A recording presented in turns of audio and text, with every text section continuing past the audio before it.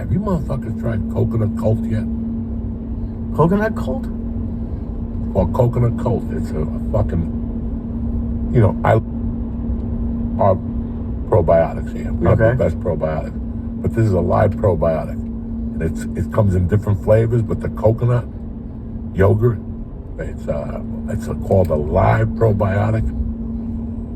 Oh. What does it do? Oh. Takes care of your gut health. Pre, pro, and whatever, but it's a yogurt that tastes like fucking a dream. And you only take 4 teaspoons a day in the morning with breakfast. And then you shit right away? You don't shit right away. You'll shit later, but it's beautiful.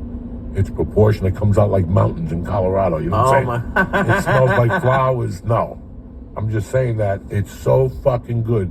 I wish I could learn to make something like that. Right. Like, I want to learn how to do something like that. That's not going to blow. Like, somebody said, why don't you learn how to make meth? Then I'll blow up the fucking house. You know what I'm saying? That's what you need the apartment up here for. Yeah. No, it's just, you need something. I chose all my things. I'm not going to be one of these guys that, I don't play golf. I'm not going to take up golf to be cool at this age. I got a 12-year-old daughter. Okay? And that's 50% of my time. As much as I'm not with her 50%, I am, but I'm always conniving for her. Right, and you want to be home so that in case. Yeah, I like to be home at a certain time every day. I like to do my own stuff. And, man, and I don't mean to insult anybody with this. Either my friends or people who watch this show. Guys, there's some people that they've been moving from the age of 16 like Lee. There's some people that have been moving from the age of 12 like me or George or Nick. At one time you go, you know what? I'm not doing this. I'm not doing this no more. And I'll tell you why. Because all your life you're living to do something for somebody. All your life. Oh, your aunt needs this. Right. Your cousin needs this. You need this. And just one fucking day that you could just go, I'm controlling my fucking realm. Especially coming from stand-up, because come on, I feel pretty busy now. I'm nowhere near as busy as you. But like I don't think there's ever one day where I'm not doing. Like I'm always out. Always. When you do stand-up, whether you focus, I was talking to Aaron Burr. Okay, so let's say you were to do 5 sets a night. Mm-hmm. After those 5 sets, you tape them all, and guess what? People are like, oh well, he's done for the night. No, I'm not done for the night. Because now my daughter and my wife are asleep, and this is like it really work. So now I go home and listen to those 4 tapes and adjust on the jokes so I can prepare for the next day. Because the next day I'm going to be busy with my daughter, or I got to drive to the city to do a podcast. That's the hour nobody fucking sees. See, just like me, I was delusional. I thought that when you watch an HBO special, you just call down there. Hey, what's going on down there tonight? Nothing. Some cameras are going to come by. What, you want to come by? Yeah, I'll be right down. And you just talk that shit. That was my thing with stand-up. I thought that that's the first time you said it. I didn't know you had to work on it and write and get 2 notebooks and fucking take a writing course and get glasses. And I didn't know about all that shit. Right. And so now, like... Yeah, I didn't know about all that shit. And that's what the human person doesn't know, the consumer. The same way I don't know what it takes to be an engineer major. The same thing I don't know what it takes to make a hot dog, like a hot dog from scratch. We don't know. Right. We assume. So people assume, well, these motherfuckers, they just show up and get on stage and talk shit and smoke dope. Okay. And does it kind of feel good to just be like, I'm not doing shit now? I'm staying home, and I'm just in pajamas. I'm doing whatever the fuck I want. You ever watched the movie The Rat Pack? No. It was a movie years ago, Ray Liotta, in 2000, maybe 99.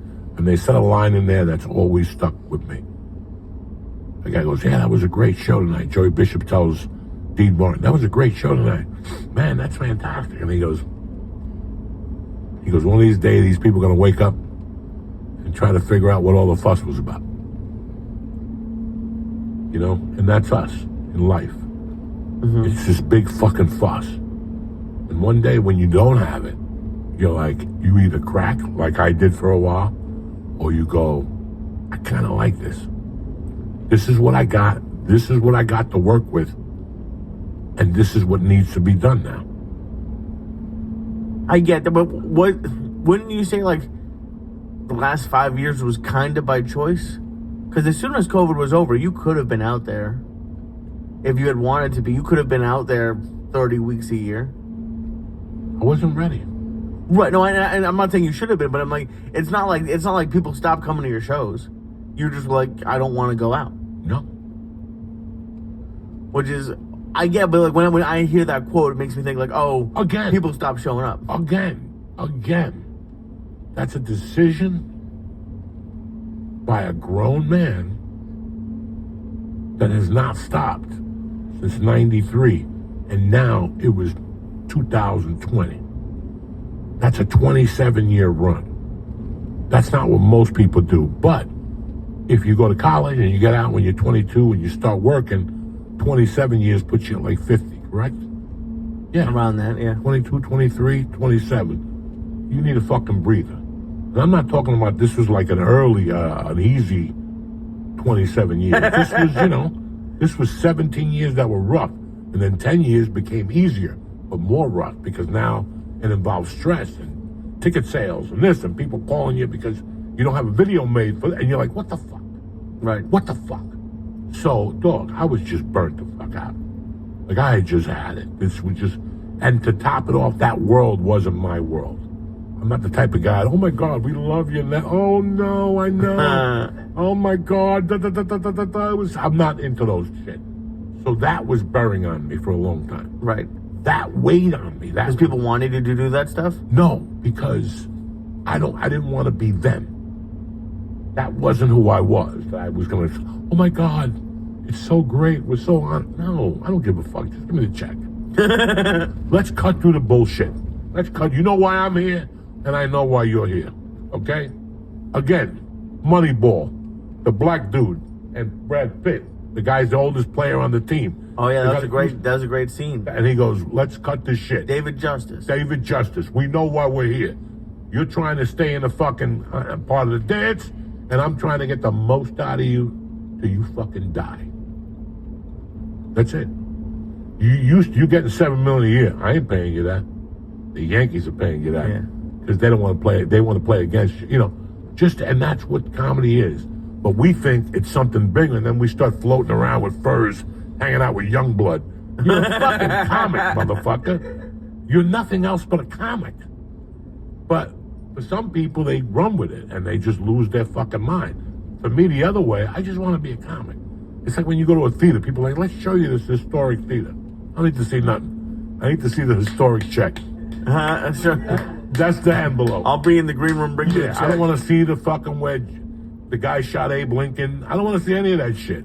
That was I forget where it was. It doesn't matter. But it was like we were leaving, and the guy's like, "Do you want to go up on the roof to see the fireworks?" Oh. And you were like, "No."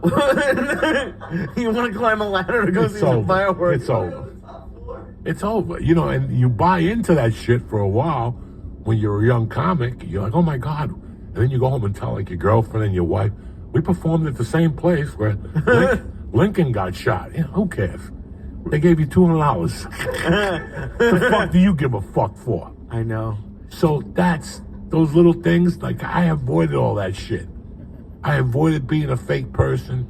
I avoided hanging out and being a certain person. I just was a North Bergen guy. And that's it. This is a job. This is a fucking job. Nothing else. Yeah, become something else, and then you become something else. I was trying not to become that person. I was just trying to keep it fucking normal. That's it. I don't have to have a guy following me all the time with a video. You ever notice that? Like these people walk in and there's always somebody with a video. Where are those people around me? Like, you know what I'm saying? Have you seen them do takes? Huh? That's my favorite. Like when they come, like I'll see them out there and they'll do takes. Like they'll come in and like, let me do that again. And they come in, they'll just come into the green room and like do another and do it, like give people high fives. It is. I don't want to do any of that stuff. Just let's start the show. It's like the 20 minutes of video before the show starts. Why? Just knock it off. Knock it the fuck off with this. So now we got 2 clubs we got to tell. No video, we don't show. It's quick. This is quick. No 20-minute video. They got to put up with 20 different fucking acts that they've never seen before. I would love to see you just to be there while you tell the managers that. Because I'm in I don't tell the manager nothing. I call my agent, tell him to tell him. But if I were you, I would be the one to tell him. No, why? I don't want to cause any conflict. I'm going in there making $100, and they love those videos, and they have like scenes from like Anchorman in them, and it's like, and it doesn't make any sense. But I can't say shit to anybody, and it's like, and I'm coming in my pants thinking about the day where I can tell clubs, you know what? No, we're not doing this. We're not doing that. This is what my price is. Oh my God. I can't wait to be able to tell people stuff like that. I can't wait. Oh, I just want to be able to. My dream is just to be able to tell people what I actually want to say. Like my whole life, you have to, from the teachers to your parents to your bosses, you can't tell people anything. And you always. It seems like you do tell, and I'm so jealous of that. I would love to be able to tell people what the fuck I actually want to say. Listen, man, it took me a long time, but then you get, and then I started going off on these guys as feature act. Like, it got to the point where I was just going off on managers on feature act and club owners, because we're not doing this. We're not doing this. It's like I started that thing. There's a whole video series about me calling comics and saying, that's the last Sunday you're working. What? Joe Diaz, don't ever catch me working a fucking Sunday again. What are you talking about, man? It's money. No, it's not. It's slavery. We don't work on Sunday. And the more people who do it, and then people started paying attention. And now the clubs lost control of Sundays, and they hated me. Because I made everybody, as a feature act, don't work Sunday. We don't work Sundays. We're gangsters. We're fucking Catholics. We don't work Sundays. Even if you're Jewish, you're Catholic. You don't work Sunday. That's just the way it is. But in comedy, you have so many weak links that then they'll keep doing it. But if I take the high links out and tell them like that, like, you're not working Sundays, and explain it to them, and they'll go, you're right. What the fuck are you doing? That's the worst day to sit in your hotel room on Sunday. There is nothing like a Sunday in a hotel room. You watch football by yourself. You go to a bar. Even before podcasts, because I get it. If you want to do a podcast Monday, I get it. But if I had nothing else, it sounds like a great day, especially during football season. What? To just, you wake up whenever you want Saturday, like after a late night Saturday. You chill. No. You watch it, get a little food. Because I already did that Thursday. I already did that Friday and Saturday morning. I only got 2 mornings. Oh. That third morning, I already had, the eggs were good the one day. And then you went to the other place the one day. You already ate at the top steakhouse. It's time to leave. That's it. Oh, I hate when weekends end. I never want them to end. No, I love Sunday night, Saturday night. When they're like, let's take a picture. That's over. I already got the check. You should have asked me before the picture. I'm not taking a picture. Oh, my God. But I took that time off. Right. And it was a fucking big wrestle. Like, that was a big wrestle with myself. But I knew 2 things. If I would have kept going in the condition I was in, I would have ended up in really bad shape. And I said, fuck it. This is what, again, I had a very good conversation with somebody today about comedy. And I know about this firsthand, okay? And this goes for life. This just isn't stand-up comedy. Remember what I'm telling you people at home and here and you. In life, you elevate yourself. Yeah, they can give you a raise and give you $54,000 and give you another raise in 3 years and give you $80,000, whatever. But in life, you elevate yourself. Like, comics are waiting right now, comedians especially. Now we'll go back to comics. They're waiting right now for something to happen. Mm-hmm. Every comic I talk to is waiting for something. There's a few select that are making things happen. But even some of them are waiting for something to happen. Netflix didn't come back to them with an offer. This didn't pan out. Fox didn't pick up any shows. So everybody's waiting. And at one point, it's like anything else in life. How much longer can I take this abuse for? Right. Okay? So now, instead of taking abuse, I'm going to give a little abuse. And I'm going to learn how to work a little smarter. And I'll use an example that you guys understand. You're going to get 1,000 calls. People are going to keep calling you for MC work. Okay. It's just, me, I didn't give a fuck because I needed every dollar I could get. But when you're on your climb, Once you decide on feature spots, you're a feature. How many people call you the feature? Almost none. It's hard. Very fucking hard. So you got to say to yourself, you know what? I'm not going to MC no more. But Lee, and right when you make that decision, the phone's going to ring. Hey, we want you to MC this week. It pays 400, 8 shows. And you're like, not. You hang up that phone, your heart breaks. You're like, I need that 400. Or that spot. Even if it's not about the money, it's a spot. It's not about the money, it's that spot. But you made a decision not to take any more feature work. You've made a fucking decision as a man. You've made a decision as a fucking comedian. You're not fucking doing that anymore. And the phone's gonna ring every weekend for 10 fucking weeks. Hey, you wanna be an MC? Hey, you wanna... And you gotta, no. And you gotta find something else, deliver Chinese, whatever the fuck it is. And then one day when you're about to give up, that guy's gonna call you and go, hey man, my club in New Orleans, the feature fell out. If you're available, I'd love to have you, Lee. Right. And that club has 4 other sister clubs. Yep. Do you follow me? So now you picked up 6 feature works. You were pissed at me because for a year, you starved a little bit. For 9 months, you starved. Right. And that's what I'm talking about. That you elevate yourself. You know, everybody's worried about a special. Everybody thinks a special is going to fucking solve their fucking misery. And it's not. It's going to make it worse now. Why? Because now you get put into a pool with other fucking people. Okay. And you now you're doing what's the definition of insanity? Doing the same thing over and over again? With the same results. You're seeing that, you know, it's like the idiot that sits at home every Christmas and goes, look at those saps at the airport. You see them with their pillows and their teddy bears. You know, oh, there's a storm. And then one day you're like, it's not going to happen to me. And you decide to take those planes. And there you are for a week stuck in fucking Montana because of some shit. That would be... Dude, it happened sort of this week. I got passed at my first club in Manhattan, and because I was trying to be nice and polite for a while, and I kept hanging out, and they kept putting me up, but I never, I want to get booked in advance. I don't want to have to just hang out or, get the text that day. So I was talking to someone, he's like, just ask. So I did. I just went up to the guy, I was like, hey man, I'm here all the time, I'd love to do some spots, if I can get on the system. And he's like, sure. They did it right there, and I have 2 spots tonight. And it was just... Speaking up is one of the I'm not good at it. I'm not good at asking for what I want. And I'm sure it's not always going to work. There's 2 other clubs in Manhattan that I call these the bookers every Tuesday. And they never pick up the phone. Fine. You're going to call them until they change that number, die, or cancel their business. Right. Just to let them know you're better than they are now. At this point, it's just a joke now. Right. At this point, it's just who's going to give up first. Right. You know, who's going to give up first? I have this company I called maybe a year ago to ask them about something. Look, they call me once a week, and they send me emails. Hi, it's that time. I have not answered the phone since I called them. They have the worst telemarketing department because they keep calling that number. About a week ago, I go, next time they call, I'm going to fucking pick up the phone and go, are you that fucking stupid?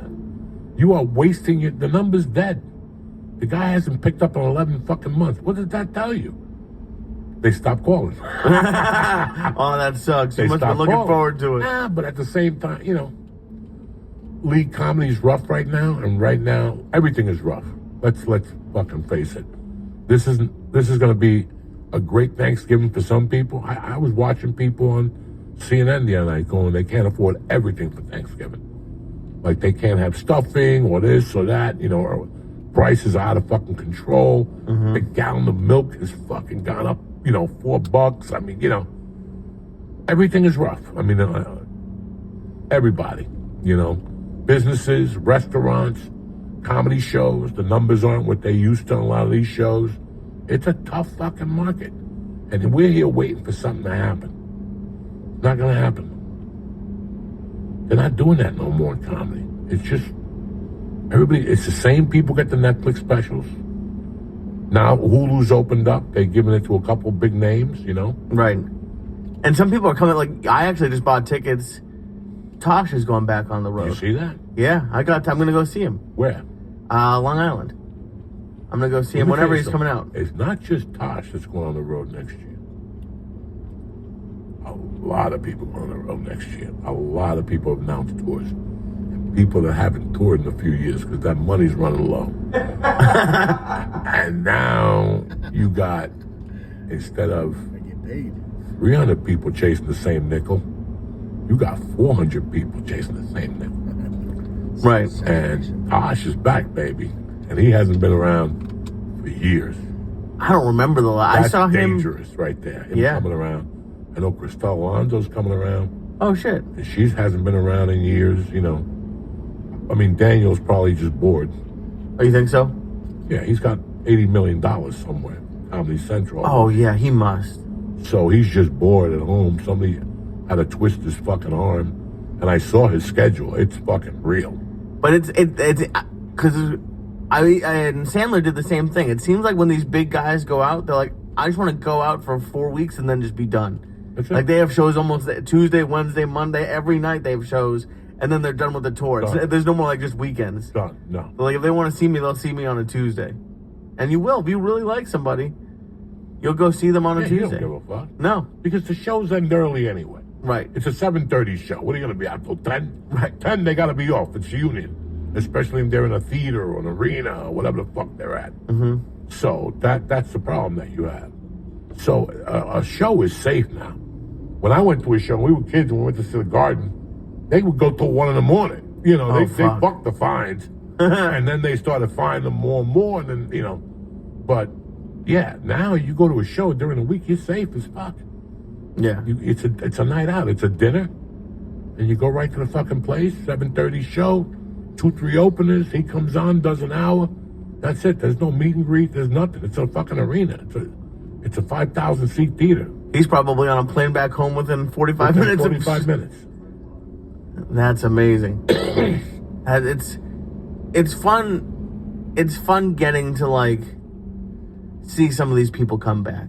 I think that was a cool thing that you did. And I know I was talking to you about it earlier, but like the fact that you took a break, I think it makes people more excited. Like whenever I'm meeting a lot of people. You know who I'm meeting a lot of people now?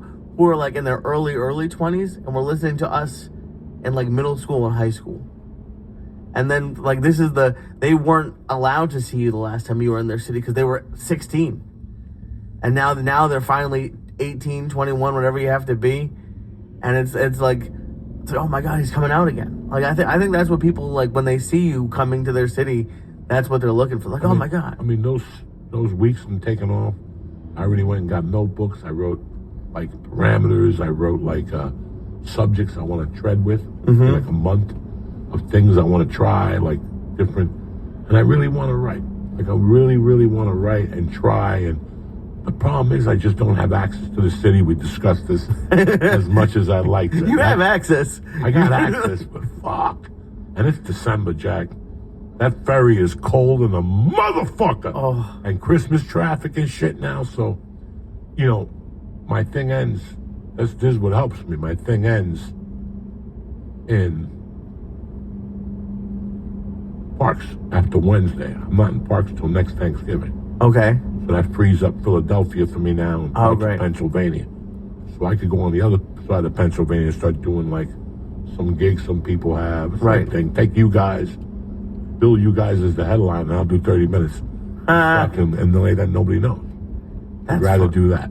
Right. Because I'm going to have boundaries because I have Atlantic City in August. Okay. So after January, I can't do a show around here. Oh, shit. I got to get the fuck out of here. Okay. Now they're holding you. They're really watching boundaries now because the tickets. Right. So they're like, bro, don't. And so I don't think maybe the listeners understand that, is when you do a show somewhere, especially a big show, you're legally not allowed to do a show within a certain mileage. 90 miles, 120 miles all around. So you got to be really careful of that because it's Atlantic City. In Atlantic City, they're not going to come down for one night. Mm-hmm. They're going to come down for 2 nights, get dinner one night, maybe come see me the one night, maybe go see Frankie Valli the other night. Who the fuck knows, you know?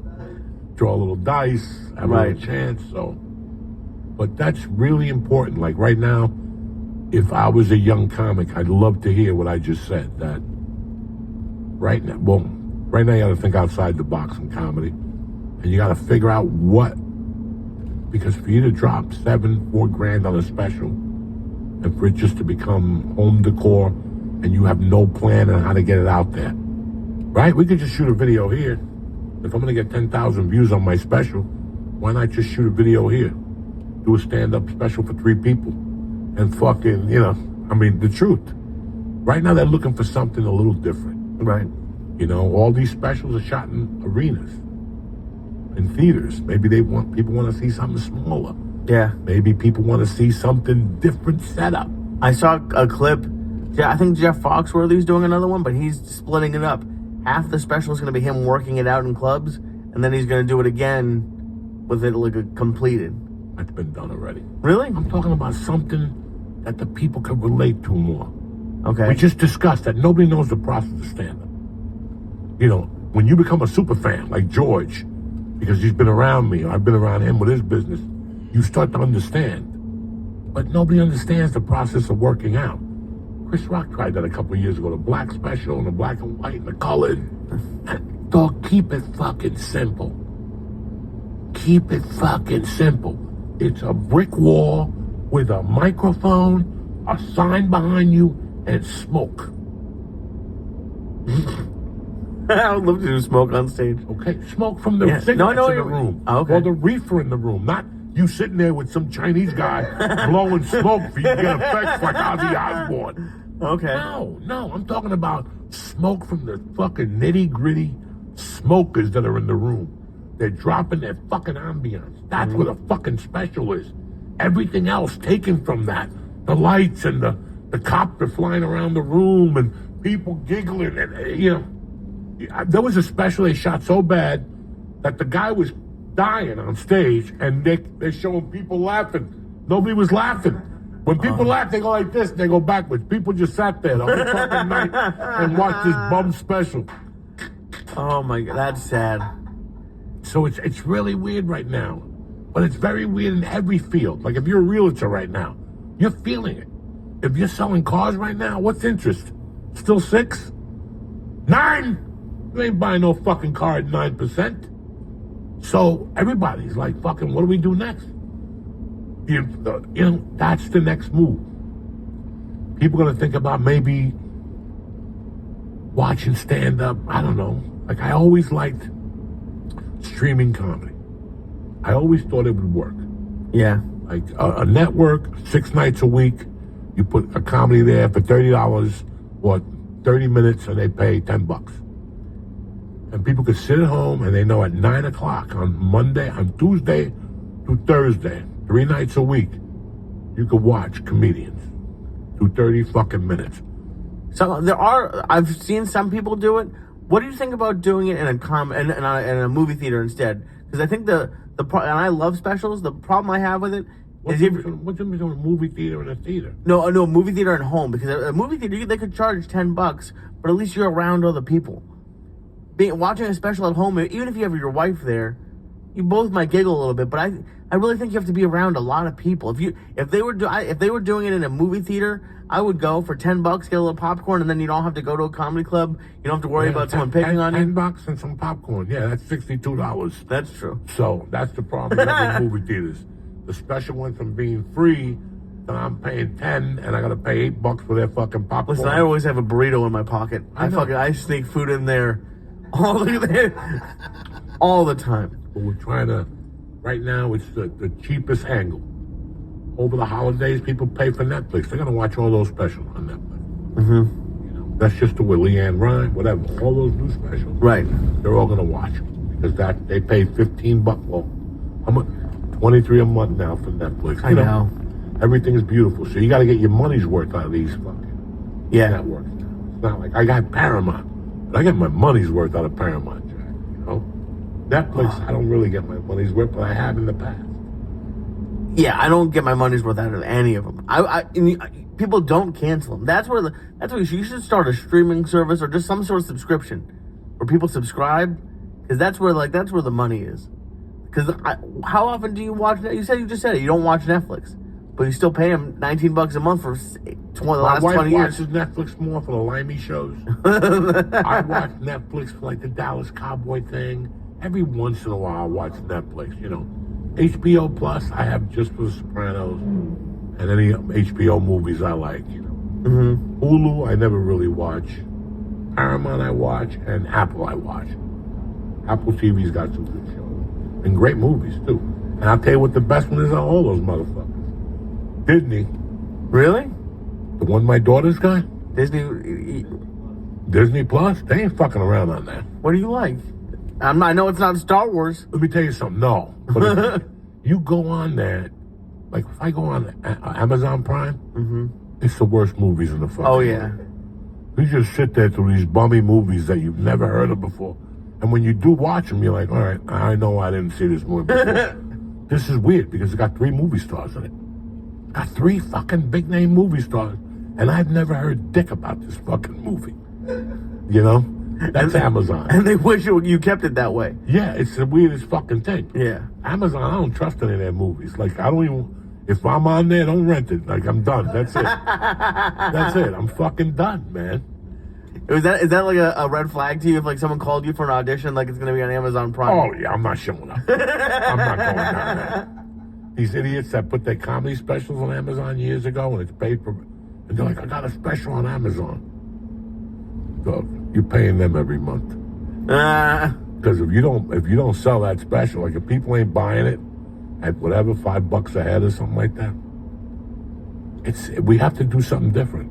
We all do. I mean, there's a lot of occupations that are stalling right now, you know, and ours is not one that's stalling, but entertainment as a whole is, you know, I think that after the pandemic, too many people went out. We developed this phobia where we needed to spend money.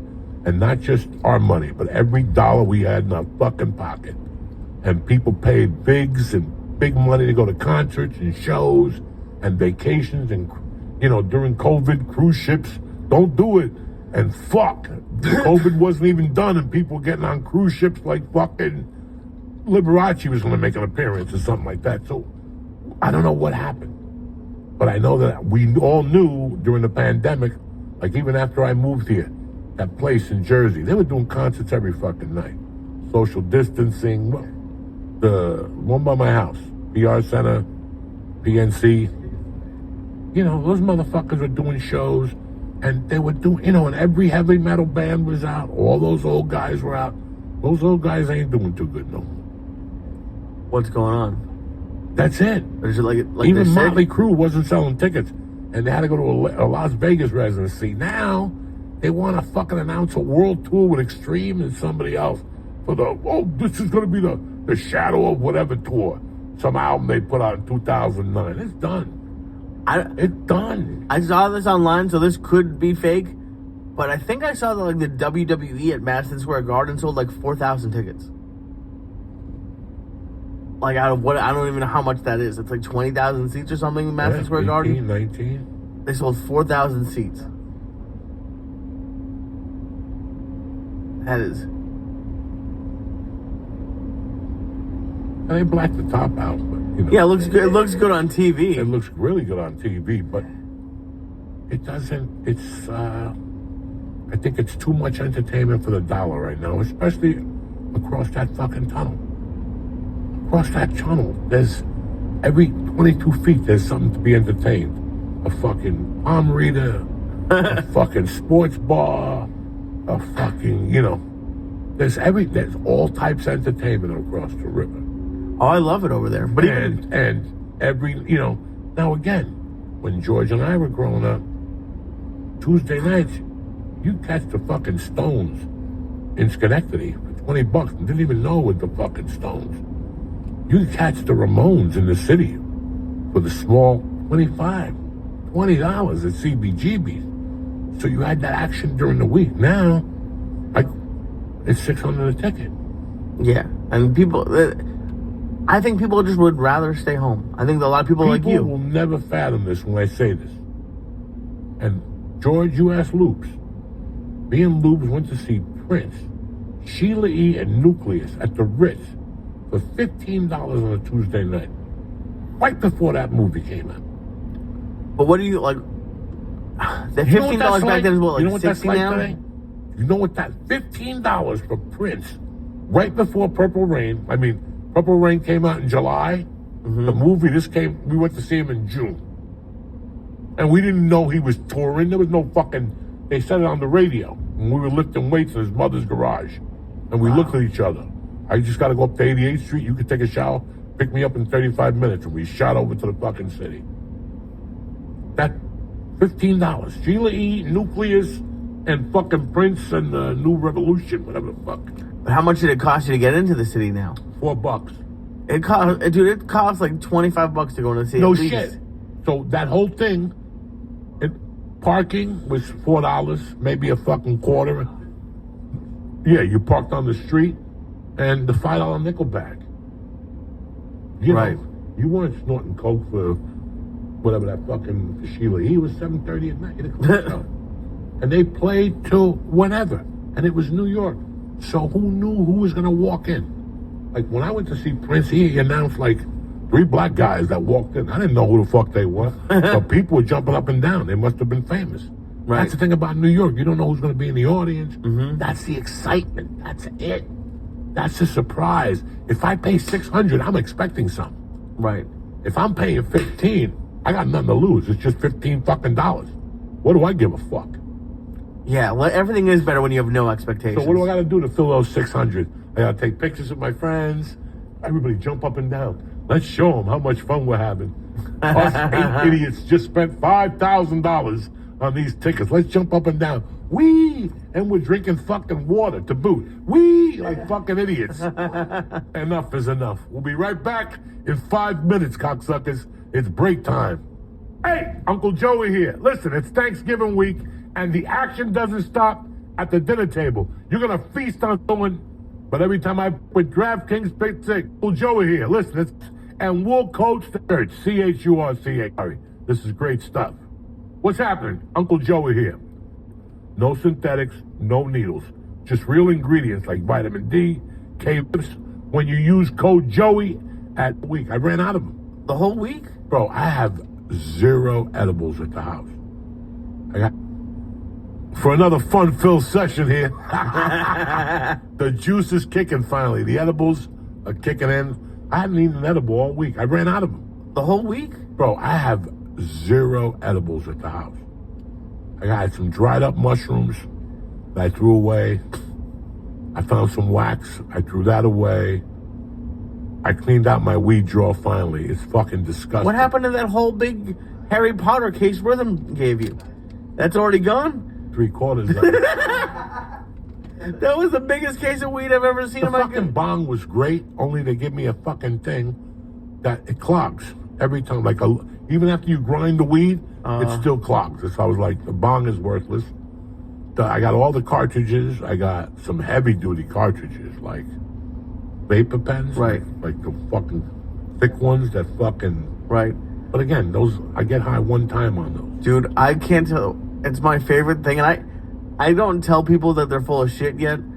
But someone came up to me and gave me an edible. He's like, I gave this to Joey, and I told him to be careful, and he took it. and He was high for 4 days. Enjoy. And I was like, I don't think I don't. Oh, people. Look, I tried to tell you. and I is that tried where the to people tell talk you. about you? Like they're like, oh, I got Joey high. I'm like, I don't think you did. I tried to tell you. Maybe they gave the edible to George. George tried to give it to me. I threw it away. And George felt bad. It's like he liked it. And they just run from there. This is why I have a friend of mine. She's a great girl. I love her to death. She calls me once every 2 weeks. Joey, come on my house. We're snorting, you know, like they do fucking whippets and what's the other shit where you change your voice? Nitrous oxide. Oh, Jesus. They do the crazy. They got chocolate mushrooms. But when she's talking to me, I can hear goofy guys with it. Yeah, come over, man. I can't. Because those guys are telling a story that you've never heard before. He came over, we gave him 1 hit of weed, he was seeing things. And next thing you know, you're like, first off, I know Joey. He didn't smoke your weed. I'm not smoking nobody's weed. Oh. I bring my own for a fucking reason. Because I assume yours suck. So It's if not I a health walk into thing. your house, I bring my own fucking ammunition. So guys, it's embarrassing. It's embarrassing, but I hope you guys all learn a lesson. This poor bastard, every 2 weeks, I ran into a guy. He says he knows you. George, you don't know me. Trust me when I'm telling you. Trust me when I'm telling you. How do I know? Because I've seen people do that right in front of me.